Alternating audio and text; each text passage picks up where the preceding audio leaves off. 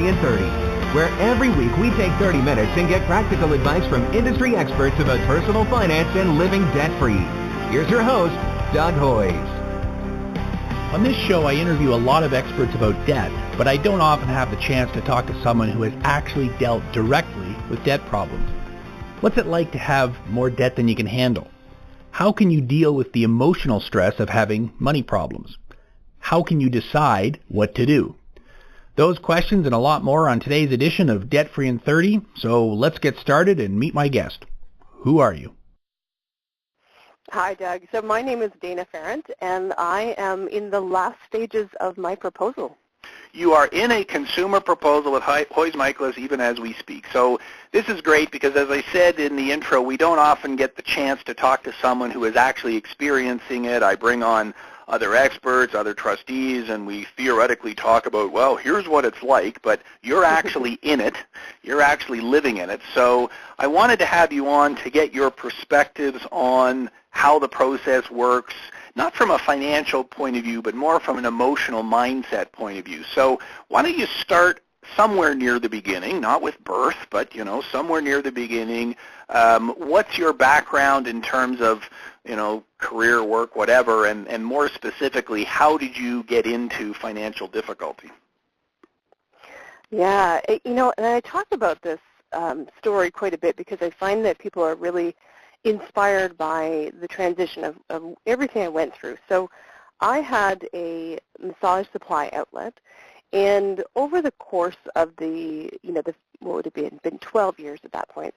So over the course of the 12 years that I had that, we had a number of things that went wrong, and things that we tried, and we lost a lot of money, and so it was a gradual accumulation of mistakes that were costly, like $50,000 to $75,000 mistakes, and this adds up over time, right? And we got to the point where we were about $350,000 in debt.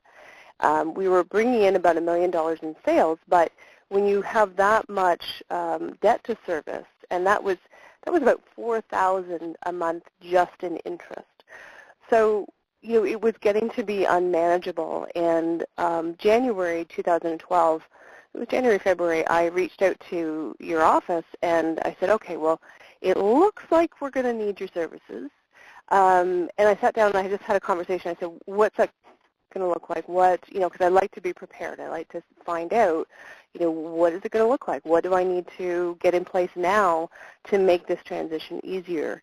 And we had hoped to be able to do just a proposal on the credit cards to get that freed up and continue running the business. But unfortunately, the universe or whatever had other plans for me, and within the space of 30 days, we had 3 major catastrophes. We had customers that didn't pay, and our big customers, so it was thousands of dollars. We had somebody break into our merchant account and steal thousands of dollars, and then the merchant company was just, it's your breach, your problem. And then on top of that, our summer slowdown hit a month early. So there was just no way we were going to recover from that. And I knew at that point it was like, okay, this is the only option, is to go for a full-out consumer proposal, put all of the debt that I could on the business into that piece, and find a way to, to manage it and get out of that situation. So, gotcha. And just to, from a technical point here, all of the debts that were included in the proposal were debts that you were personally responsible for, obviously. Yeah. That's why it's a consumer proposal. And your situation is not unlike what a lot of other people go through when they own their own business or they're self-employed. You can't walk into the bank and say, hey, can you loan me $10 million, please? Because, of course, they just laugh at you. So what you end up doing is funding it yourself. Well, okay, I'll use my credit cards to pay all my living expenses because I'm not able to take money out of the business because I'm trying to leave every dollar in there. And as a result, even though you're operating a business, you end up with personal debt. So let's talk about then what did that feel like then? So you're doing everything you can, and this wasn't some business that you started on Monday and by Tuesday you were in trouble. This is a business that had been going for a period of time, right? I mean, Yeah. this was not new, some new thing, and you were successful at it. You were, obviously it lasted for a period of time, but then, as you say, the universe conspired against you. You have a whole bunch of things go wrong at the same time. What was the point then where you realized I've got to reach out? Was it, was it a financial thing where you realized, hey, I just can't keep all these bills going? Was it more of an emotional thing? What was the trigger that actually caused you to make that phone call? It was a hard look at the numbers. So I had a business manager that was helping me run the operation, and he cornered me and he's like, we have to talk. And I didn't really want to face it. I'll admit I was playing a bit of an ostrich game. I'm like, yeah, no, it's all good. We'll just ignore it. It'll get better. And he said, no, this is not good. We need to do something. We need to change this. And we looked at the numbers. We played with them. We said, okay, what else can we do? Because going through a consumer proposal really affects your credit rating. So when you're trying to run a business, having no credit is a little bit detrimental. And so I was like, well, I don't really want to do this, but is there another way? And we hashed out every option that we could. And so it was a matter of logistics. This is what was required if we were going to try to save it. And so that was the route that we took. So you were really at the point where there was no other logical alternative. You tried everything else. There was nothing else you can do. So from an emotional point of view then, from a stress point of view then, how does that feel? And I want to back up and just kind of explain to your listeners that for me, I have done a tremendous amount of internal work. So by the time this hit, I was not going through the emotional upset that most people would, and most people that I see would really look at this as being oh my God, and over the top. So I was having gone through this process to get to the point where I wasn't making myself wrong, I was able to look at this very logically and just say it's just money. And and most people get caught up in that loop of like, oh my God, it's money, it's big, it's everything. And I could have a lot of space with it and say, it's just money. So then when I needed to make steps and take action, I could look at it from what is the best course of action as opposed to how am I feeling about this. It was really quite amazing. Gotcha. It's just money. And that's an area, I guess, that a lot of people don't get to. No. Because, I mean, as you said, with respect to your credit rating, well, when you do a consumer proposal, your credit rating will not be as good as if you paid all your debts in full and had $1 million in the bank. Mm-hmm. So it doesn't mean you'll never borrow again for the rest of your life, but it does mean there is a note on your credit report that says you did a consumer proposal. So lenders will think twice before lending to you. They may ask for a bigger security deposit or down payment if you're financing a car or something like that. They may charge you a little bit of a higher interest rate, so there are implications. But you were able to say to yourself, yeah, but it is just money. It's not something that's going to, totally ruin my whole life. It's just money. You were able to compartmentalize it then, I guess, is what you were able to do. Compartmentalize it and get, having that inner work done where I gave up the need to make me wrong. And when you don't look for, how am I messed up, what's wrong with me, then you can look at it that way. You can say it is just money. It's not I made a mistake or I mucked up. It's like, okay, this is where we're at. This is the reality of it. Now where do we go from here? Gave up the need to make me wrong. That's interesting. So you made the comment that you had already, done a bunch of work leading up to this. What advice would you give to someone who's listening to this today who perhaps hasn't been on the same journey that you've been on, who is kind of confronting this for the first time and going, uh-oh, I got a problem here? And, I mean, how do they get to the point where they can say it's just money? What practical steps can someone take to deal with the stress of having a lot of debt? Yeah, and this is a lot of what I work with people now. And so there's a couple of things that I want to share with your listeners. The first is to imagine being able to take your energy, who you are, and expand out to, to the size of the universe. And what this does is that it's a way for you to stop taking on other people's, thoughts or feelings or emotions. And bear with me, I know it sounds slightly woo-woo, but it is very practical, because when you pull in, you make yourself kind of solid, like a wall. And when you expand out to the size of the universe, you become spacious like the wind. And what happens is that day to day we go along, and it's like we interact with other people and what's up with them. And that's like Post-it notes. And so we're coming across and somebody's like depressed, and that, if we're solid, that Post-it note sticks.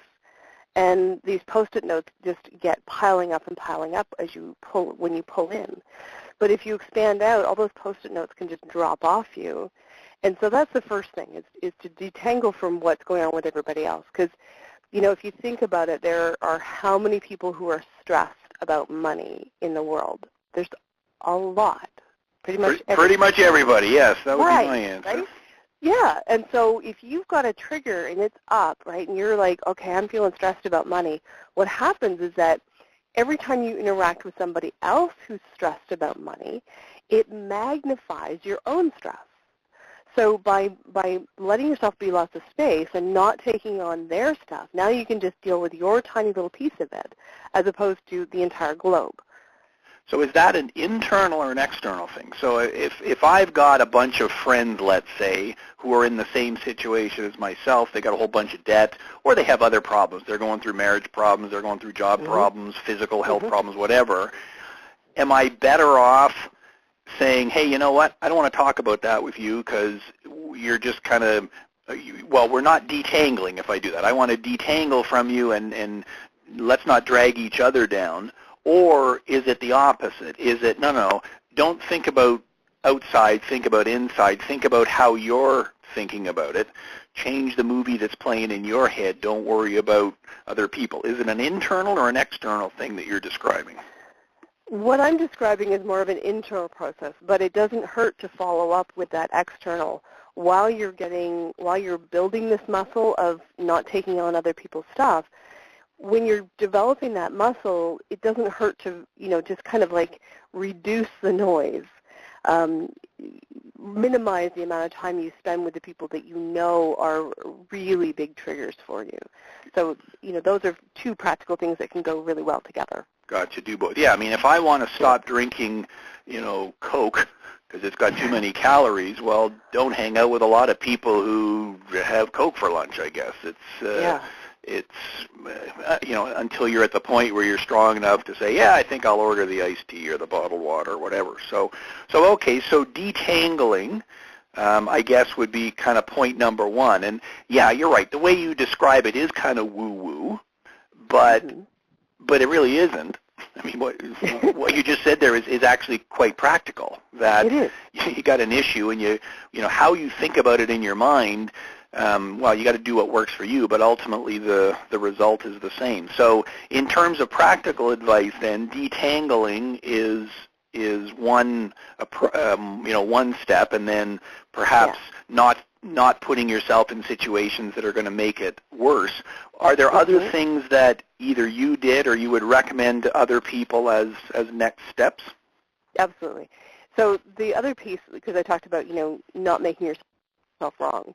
And that requires you to change some of the internal programming in your brain because we have these automatic conditionings to look to where did I go wrong, what am I doing wrong, or even just seeing something as detrimental to us. And I take people through an energetic process to change the internal landscape. And again, this is for most people this is going to be quite woo-woo, but it works. And so if you bear with me, but if we take and you imagine being able to grab a hold of the energy of those judgments that you have about you, and you imagine being able to pull them out. The brain is an incredible tool. So we imagine being able to pull them out, and then you just, you grab all of your attachment to it, and you imagine blasting it, and you just, eradicate it from your system. That changes the programming in the brain. Now, what I suggest to people is to, it's not like do this once and then you're forever cured. It's a matter of, digging through the layers of, the judgment that you took on as a kid, as, from school, from the churches, from, wherever, and gradually you loosen off all of that internal judgment, and it creates more space. It's kind of like we're, cleaning out the hoarding, the energetic and emotional hoarding that people do. And for you, yes, it sounds woo-woo, but it also, there's a lot of practicalities to that. So, what are your thoughts on things like, positive affirmations? Because if I'm, clearing out the bad stuff, well, I got to replace it with good stuff. Are you a believer in things like, well, when I get up in the morning, I say it's going to be a good day as opposed to it's going to be a bad day? Or is that... What are your thoughts on that? I have mixed feelings on that. For some people, they're able to really utilize the positive affirmations. And for other people, it actually creates a reverse effect. And what happens, is that as you say the affirmation of like, today is going to be a good day, for some people, in the back of their mind pops this gremlin that starts telling you all the reasons why it's going to be a crappy day. Oh, it's not going to be a good day because, oh, look at the weather, and I got to talk to my boss today, and I got this going on, and that's why it's not going to be a good day. And before you know it, you're feeling worse. So you want to be aware of whether affirmations work for you or not. There are ways to play with it. I like for people who are not getting success with affirmations to spin it around to more of a question as opposed to a statement. Because when you make a statement that's not true right now, it's really easy for your monkey mind to get in there and tell you why it's not true. But when you make it into a question, you say, I wonder why it's so easy for me to have fun today. Now your brain has to go and look for the reasons why that's true. So you're tricking yourself. Maybe tricking is the wrong word, but okay, so let's bring this back to debt then. I got a whole bunch of debt. What question could I be asking myself? I'll tell you the question I shouldn't be asking myself. Oh boy, why is it so bad? That's the exact opposite. What would be an example of a good question I could be asking myself? Yeah, well, if we play with this format, then it would be, I wonder why it's so easy for me to be relaxed about clearing this debt. Or I wonder why it's so easy for me to feel comfortable with this. You can play with it in those kinds of terms. It's like that sense of wonder, if we step back into being a child, that 5-year-old child who's out exploring. They ask lots of why questions. They're like, why is the sky blue? And why does this do this? Because they don't know what the answers are. And so they're exploring. They have no preconceived idea about what the answer is going to be. And so they're just asking this, wondrous question. And by doing that, you kind of lead yourself into the answer. So, okay, so 3 more questions then. Question number 1, is there anything else in that process that you want to hit on for our listeners? So what I would suggest is to keep aware that, these tools are great and you can totally use them on your own, and, to check the intensity. So if you're hitting on things that are, at an intensity level, so if you're checking in and we say, okay, 0 to 10, where does that sit? 10 being like, max and 0 being nothing. If you're hitting on things that are a 7, 8, 9, 10, that's probably something that you want to work with someone to work through it, because it gets difficult for you to be therapist and patient at the same time and have that objectivity and still work through it. So, the lower stuff, all the small stuff, absolutely. Dig in there, use that on, do your own work, clear off the little stuff, and then find an expert to help you through the bigger stuff. Well, so let's talk about that then. And obviously, I mean, you've kind of hit on this as we've been going, but you are now helping people, not specifically in the debt area, but in other areas. And obviously, I totally agree with what you're saying. If you got debt, you should definitely give me a call. So I will definitely put my own plug in there. But tell me what it is you're doing now then.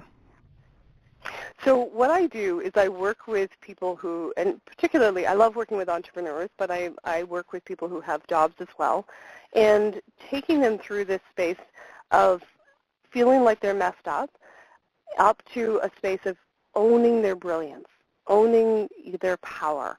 And that process is, I use these tools plus a whole lot more, and clearing out the emotional hoarding, clearing out what is getting stuck in your way, stopping that loop that people get into of defaulting to I'm wrong, and being able to move to this space of seeing the wonder of the world, seeing, that things do have an upside, and, being able to, if they want to have a big vision, they want to go somewhere, they're wanting to create something that changes the world, then you need to change what's going on internally to get there. Gotcha. So it does start internally. So what I'm going to do in the show notes is put links to you. So the business that you operate now, your website, you also have a podcast, which we can link to. Tell everyone what the name of the podcast is if they want to go to iTunes right now and search for it. Sure. So the podcast is Inner Dominatrix, and the website is innerdominatrix.com. And I use that dominatrix as an archetype. I don't want to scare your listeners here, but it is an archetype of someone who is strong and feminine and owning their power and just not taking any guff from anybody. So it is that space internally that I invite people to step into. Cool. Well, we've certainly got into lots of woo-woo here. So anybody who wants the woo-woo, we've got it for them here today. But and again, the whole point of this show is to discuss things that we haven't discussed before, to go in different areas. So I think that's certainly been great. So I will definitely do that in the show notes over at Hoyes.com. And if you just do a search on our website for the word Dana, D-A-N-A, I don't think we've had anybody else named Dana on the show, so you'll probably pop up right away. And people can listen to your, go to your website, listen to your podcast, or contact you directly if they want to get some one-on-one time with you. To my final question then to you is, so how are you doing now? How is the whole proposal process worked for you? Is it what you expected? Was it harder than you expected? Did it accomplish what you wanted? What's kind of the upshot of how it's gone? So yeah, I think I'm a great success story for what you do. I did have one piece that I did not follow the advice on, in that I did keep the business. I scaled it down to what I could manage on my own, because I recognized that it was going to be difficult for me to find a job that was going to pay my bills and pay the consumer proposal requirement, because I'm up at the maximum. It is a $1,300 a month payment, which is way less than if I was trying to repay that $350,000 on my own. I'm down to the last. I think I've got 7 payments left. Woohoo! Great. And yes, and then at the end of last year, I sold my store. So, I turned it around. I made it profitable. I made those payments every month. I found ways to work around all of the, I have no credit. It was always a way to get around whatever obstacles I had. And I think a lot of it is that piece of I just refused to make myself wrong. I was always looking for, okay, there's another way. What's the other way? So I'm really, really pleased. I think I'm doing really well with it. Excellent. Well, that's fantastic. And just to clarify for our listeners, a proposal is tailored to your individual situation. So in your case, you had a lot of debt, and as a result, the monthly payment would be higher than someone who had less debt or who had less income or so on. And And the numbers you're quoting, you've also got some secured debt in there. So the unsecured portion of a consumer proposal, if you're a single person, is up to $250,000. But just throwing in some technical stuff for our listeners, just so they know what we're talking about. But obviously, they can come to us and we can walk them through in general. But in general, it's worked out for you as you've expected, and you're looking forward to being done.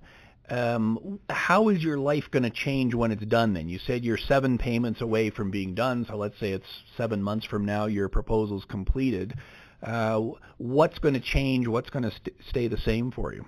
So the biggest gift for me that's come out of this is me getting back into paying for things right away. So paying for it up front, a cash basis. And, when that, in doing that, for me, I have so much more ease around money. I'm not worried about what else is coming in, being, hit with something unexpected. A bill comes in, I pay it right away, and it's off my plate.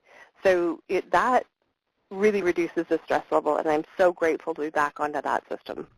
So the proposal took care of your debts, which was obviously the primary purpose of it, but it did a lot more than that. Obviously, it relieved stress, and I wouldn't say taught you some new skills, but reinforced some things you already knew, that, hey, if you can pay cash for everything, and by cash, I'm sure you also mean debit card and things like that, but if you can pay for everything up front, then you've got no worries at the end of the month about whether I can pay those bills. So is that the kind of process you're going to continue on with once the proposal's over?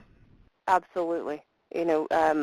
I've been through a proposal, and my husband's been through a proposal a few years ago, and so we're both very committed to staying on the system that we have and accumulating wealth as opposed to accumulating debt.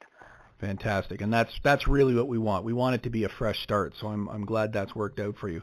Well, that's fantastic. I think that was a great story, a great, you gave a lot of practical advice too, which is great. So again, I'm going to put show notes at hoyes.com, and we're going to have links to your site and everything you do. So can you just give people again the URL to your website and the name of your podcast as well? Absolutely. So it's really easy, innerdominatrix.com, and the podcast is Inner Dominatrix. Excellent. Well, that's fantastic. Dana, thank you very much for being on the show today. Thank you, Doug. That was my conversation with Dana Pharant, who is currently just finishing a consumer proposal to deal with her debts. As she said on the show, some of her advice may seem a bit woo-woo, but the point of this show is to provide different perspectives, so I'm glad she came on. She had some great practical advice. First, she said it's important to, as she put it, detangle. Take a hard look at the numbers, and if you have no other alternative but to file a consumer proposal to deal with your debts, realize that it's just money. Detangle from your worries. Don't worry about the thoughts of others. Be only concerned with what's best for you. How do you do that? Change your internal programming. Instead of focusing on your money problems, instead ask yourself questions to turn your mindset around. Dana gave a great example of a question you can ask yourself. I wonder why it's so easy for me to be so relaxed about clearing this debt. That question makes your mind think that it will be easy to be relaxed and not stressed about dealing with your debt. I also completely agree with her point about the biggest benefit of filing a consumer proposal. Obviously, it eliminates your debts, but Dana also said it changed her internal programming so that she is now on a cash basis. She pays for everything up front, and not having to worry about debt makes her life a lot less stressful. That's a great way to live. Thanks again to Dana for being on the show. That's our show for today. Full show notes, including links to Dana's website and her podcast, can be found at hoyes.com. That's HOYES.com. Thanks for listening. Until next week, I'm Doug Hoyes. That was Debt Free in 30.